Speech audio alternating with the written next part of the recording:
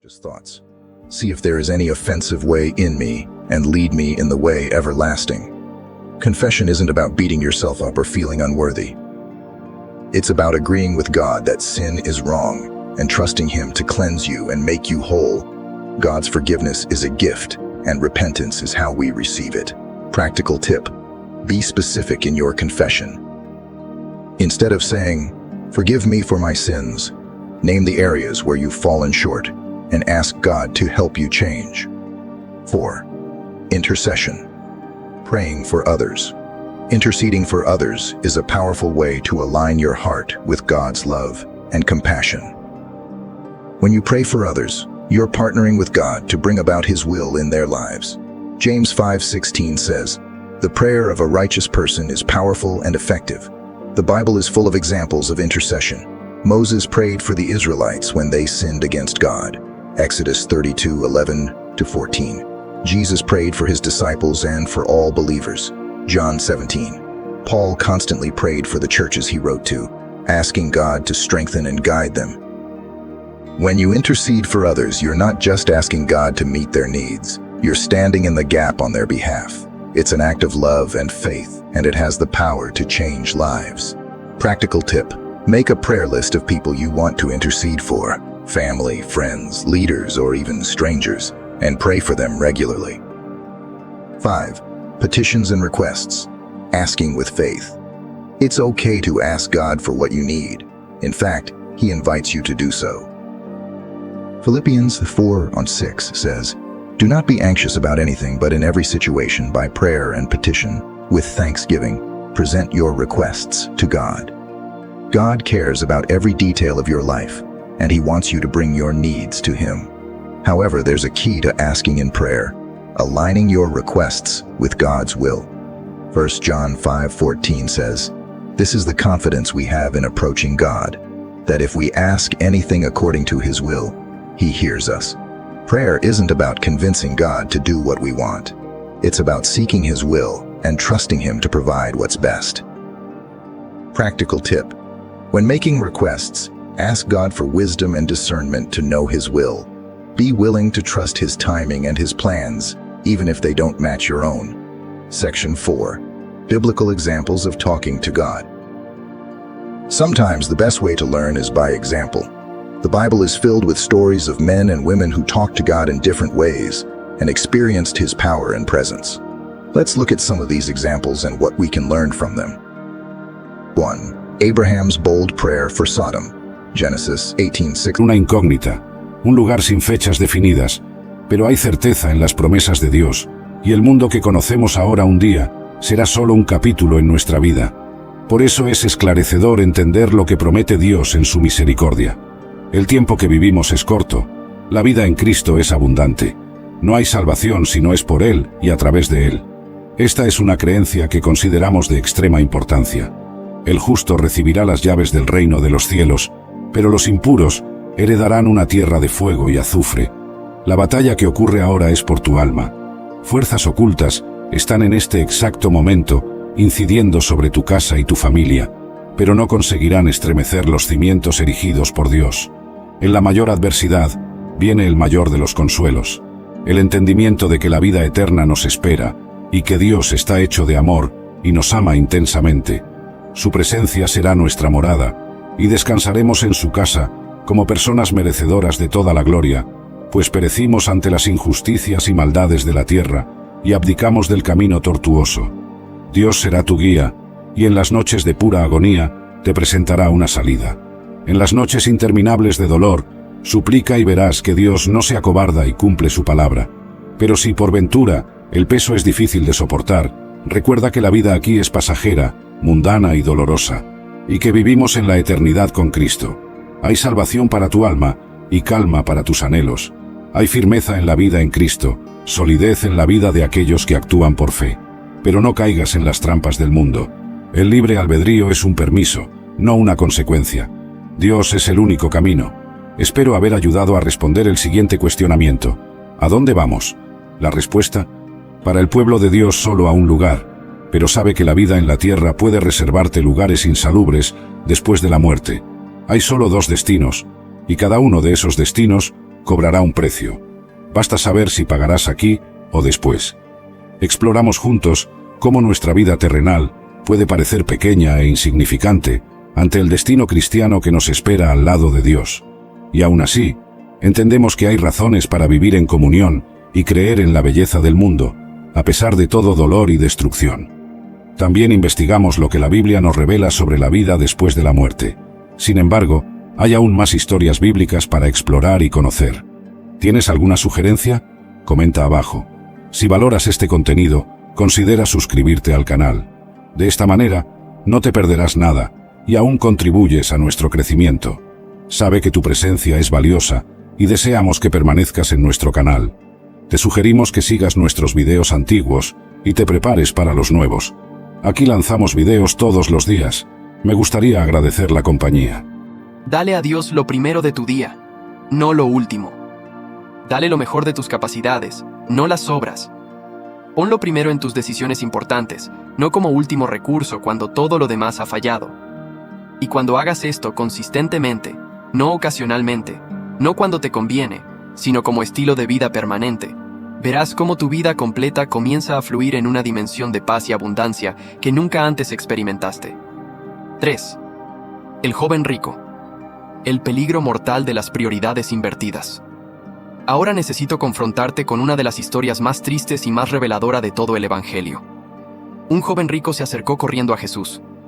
Fíjate bien, corriendo. Tenía urgencia. Tenía hambre espiritual. Tenía un vacío que toda su riqueza no podía llenar. Y le hizo la pregunta más importante que cualquier ser humano puede hacer. Maestro bueno, ¿qué haré para heredar la vida eterna? Esta pregunta demuestra que él reconocía que le faltaba algo.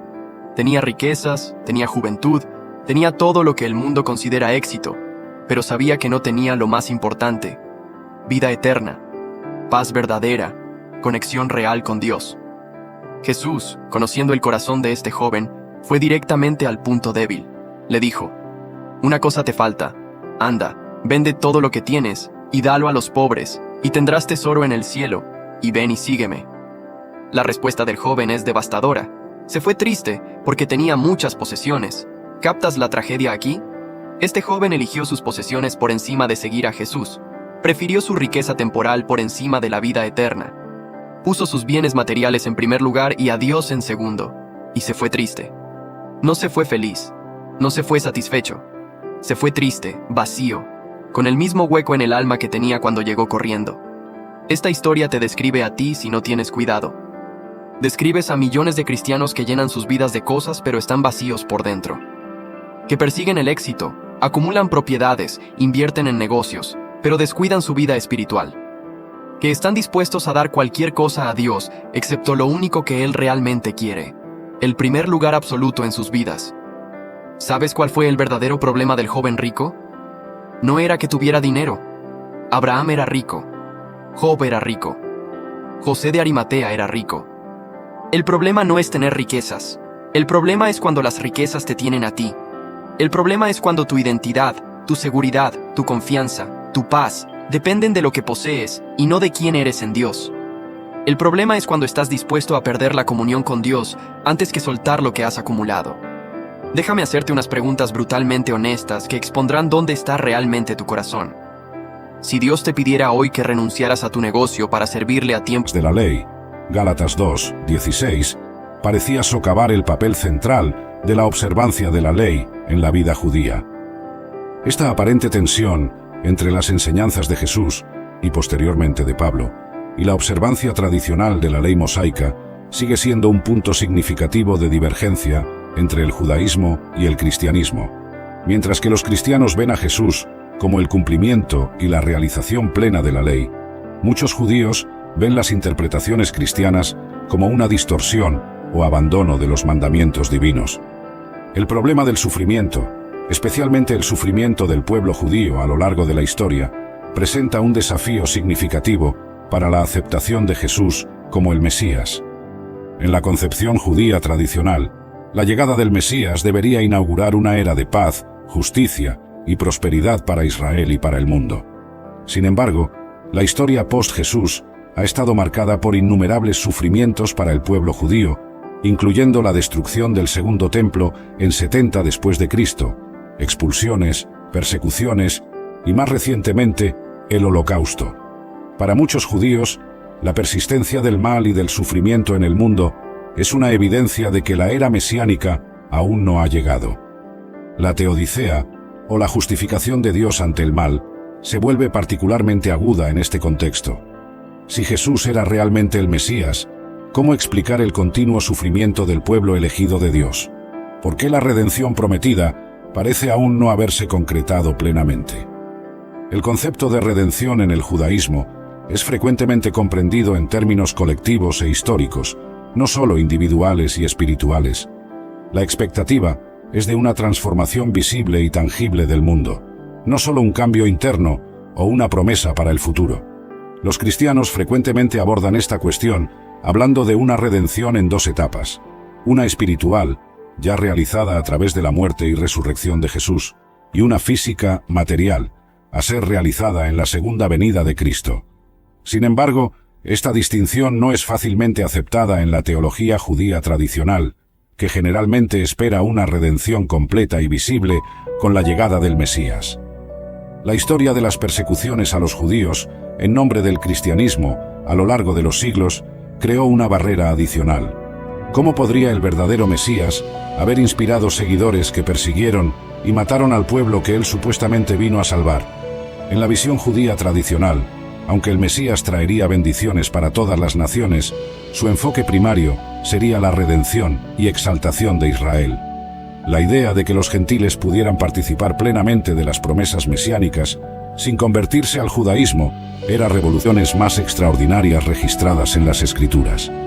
Con una tranquilidad que contrastaba drásticamente con el caos a su alrededor, se dirigió al Señor con palabras simples, pero profundamente significativas. «Señor, te pido que abras sus ojos para que vea». Segunda de Reyes, capítulo 6, vers 17. Esta oración no pedía ayuda, no suplicaba por una intervención divina, ni siquiera solicitaba la destrucción de los enemigos. Era una petición por visión espiritual. Lo que sucedió a continuación transformó completamente la perspectiva del joven siervo. Las Escrituras nos dicen que el Señor abrió los ojos del joven y vio que el monte estaba lleno de caballos y carros de fuego alrededor de Eliseo. Segunda de Reyes, capítulo 6, vers 17. Era un ejército celestial, una fuerza espiritual tan vasta y poderosa que hacía que el temible ejército sirio pareciera insignificante en comparación.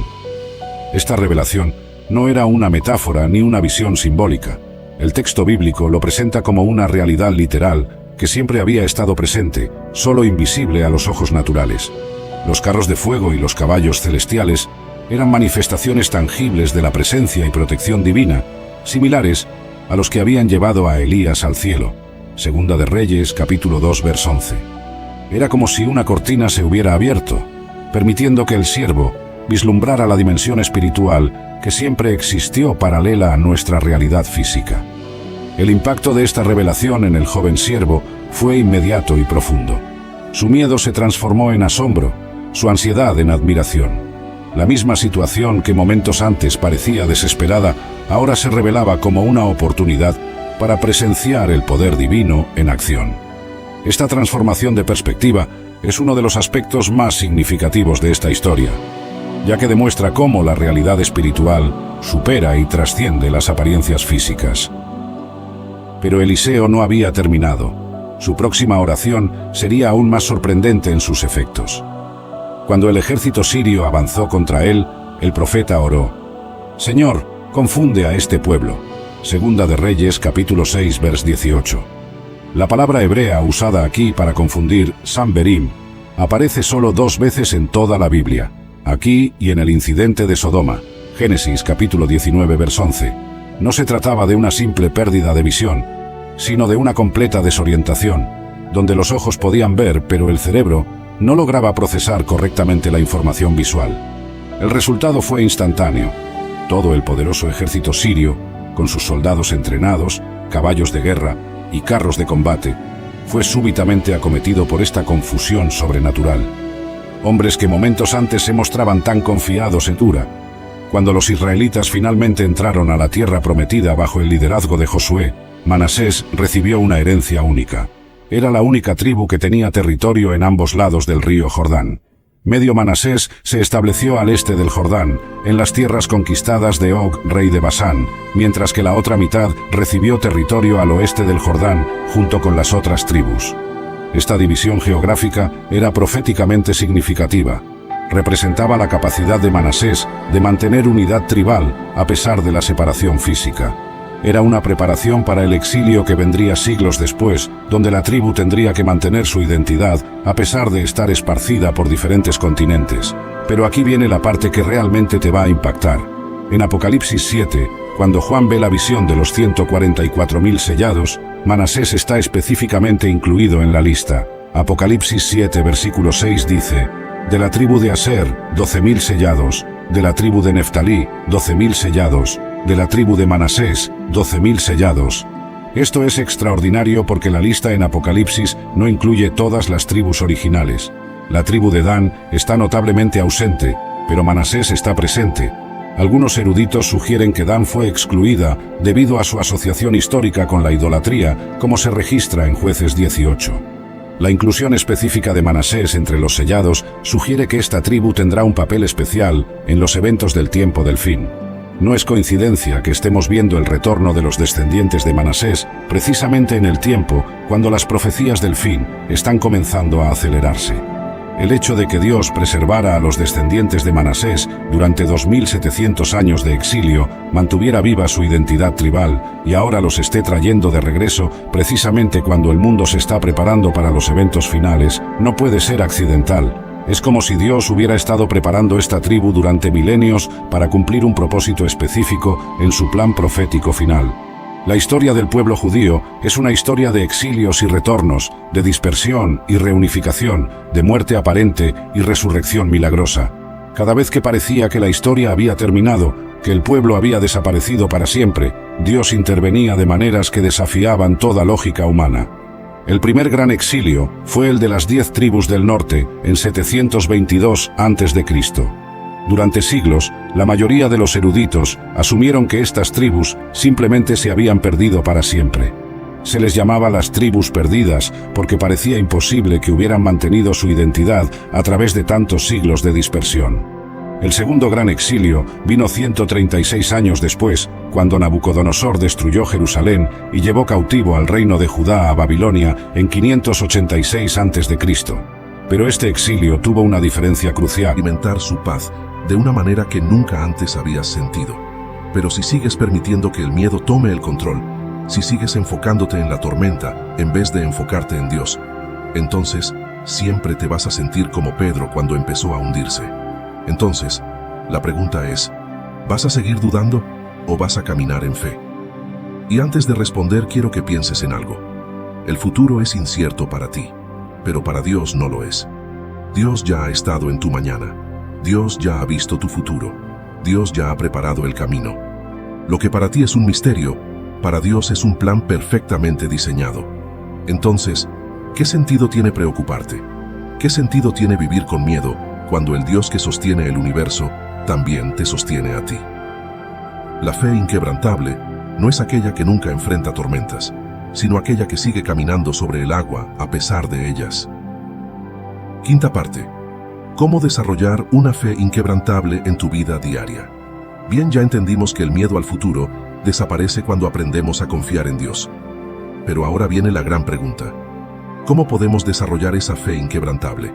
¿Cómo podemos llegar al punto en el que, pase lo que pase, no nos tambaleemos? Porque seamos honestos, hay momentos donde sentimos que confiamos en Dios, pero después viene un problema, una noticia inesperada, una crisis, y ¡bam! La fe parece desmoronarse como un castillo de arena. Así que aquí es donde te quiero dar 4 principios clave para desarrollar una fe inquebrantable en tu vida diaria. Estos principios no son teoría, son acciones prácticas que, si las aplicas, van a transformar la forma en la que vives. Primer principio.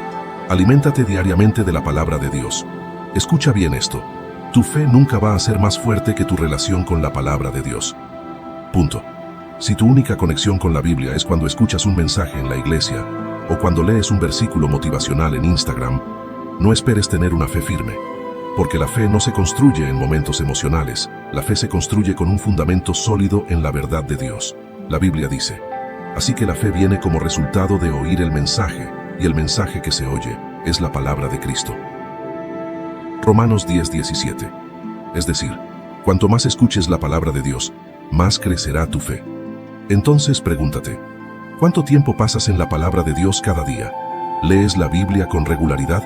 ¿Memorizas versículos? ¿Te alimentas espiritualmente? ¿O solo sobrevives con lo que escuchas de otros? Porque si tu fe es débil, tal vez es porque la estás alimentando poco. Y aquí te dejo un reto. Pasa al menos 10 minutos al día leyendo la Biblia y meditando en lo que Dios quiere decirte. Verás cómo, poco a poco, tu mentalidad cambia y la confianza en Dios se fortalece. Segundo principio. Sino más bien a abrazar. Es un recordatorio de que somos valorados y cuidados por un Dios que es para siempre yo soy. Por lo tanto, cuando pensamos en Yahweh, recordemos que no es solo un nombre. Es una declaración de quién es Dios y un recordatorio gentil de nuestro lugar en sus manos. Todo lo que somos y todo lo que tenemos viene de Él y es sostenido por Él. Es reconfortante saber que el Dios que se llama Yo Soy es el mismo Dios que cuida de nosotros en cada momento. Número 6. Yahweh significa que no hay comparación con Dios. Cuando hablamos sobre Yahweh, una de las cosas más únicas que esto implica es que no hay absolutamente ninguna comparación con Dios. Piénsalo, todo en nuestro universo, con todas sus maravillas y misterios, es como un pequeño punto comparado con Dios. Es como comparar una sombra con algo sólido o un eco con un trueno estruendoso. Elías versus los profetas de Baal. Imagina, hay un dramático enfrentamiento en el Monte Carmelo descrito en 1 Reyes 18.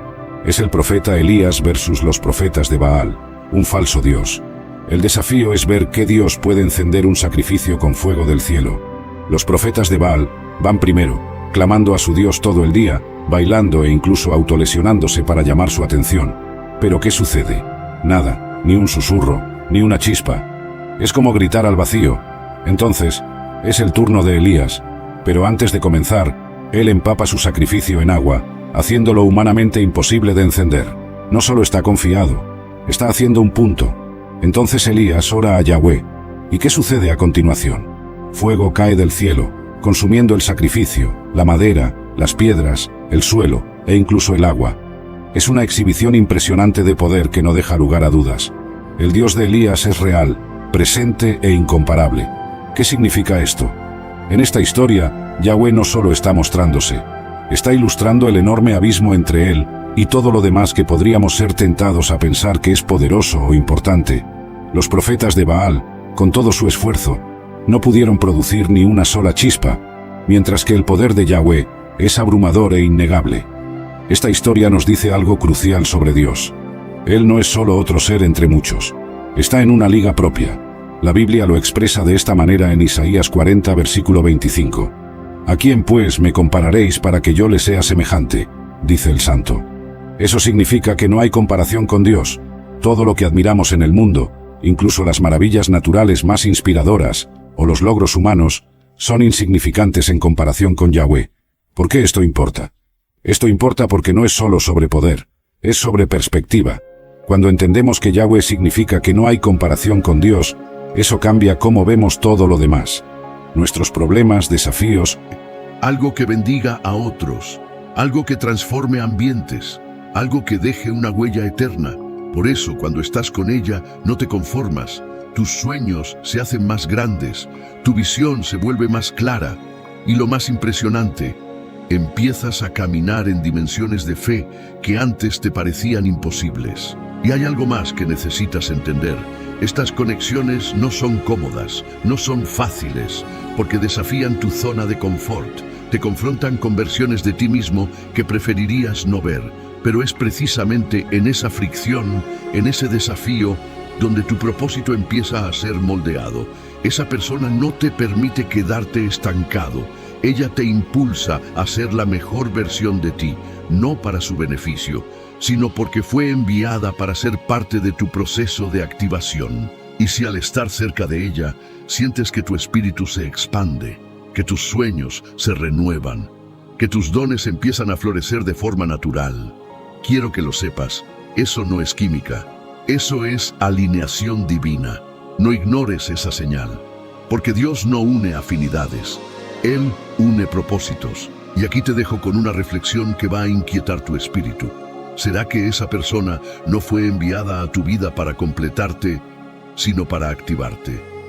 ¿Será que el verdadero motivo por el que esa conexión es tan poderosa es porque el cielo necesita que ambos despierten juntos?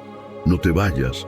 Lo que voy a revelarte en la siguiente señal va a conectar todas las piezas de este rompecabezas. Y cuando lo entiendas, tu visión sobre esa persona nunca volverá a ser la misma. Quinta señal. Todo encaja cuando es el tiempo de Dios. Quiero que grabes estas palabras en tu espíritu. El tiempo de Dios nunca llega tarde, pero tampoco se adelanta. Puede que hayan pasado años. Puede que la historia haya tenido pausas, desvíos, silencios incómodos. Puede que en algún momento tú mismo, hayas pensado, esto ya no tiene sentido, esto ya terminó. Pero el cielo no escribe historias apresuradas. El cielo trabaja en procesos, no en prisas. Y aquí está la clave. Cuando Dios diseña una conexión, Él no solo prepara a las personas, Él prepara el tiempo. Y es por eso que, aunque te hayas sentido perdido, aunque hayas llorado en temporadas de espera, Dios nunca dejó de trabajar en los detalles. Las heridas que parecían inútiles se transformaron en sabiduría, las distancias que dolieron se convirtieron en madurez. Y las oraciones que parecían ignoradas ahora comienzan a manifestarse en forma de encuentros, conversaciones y señales que no puedes negar. Porque cuando llega el tiempo perfecto de Dios, todo encaja, pero no encaja con esfuerzo, no encaja con ansiedad, encaja con paz. Es como si de repente todas las piezas del rompecabezas que parecían desordenadas durante años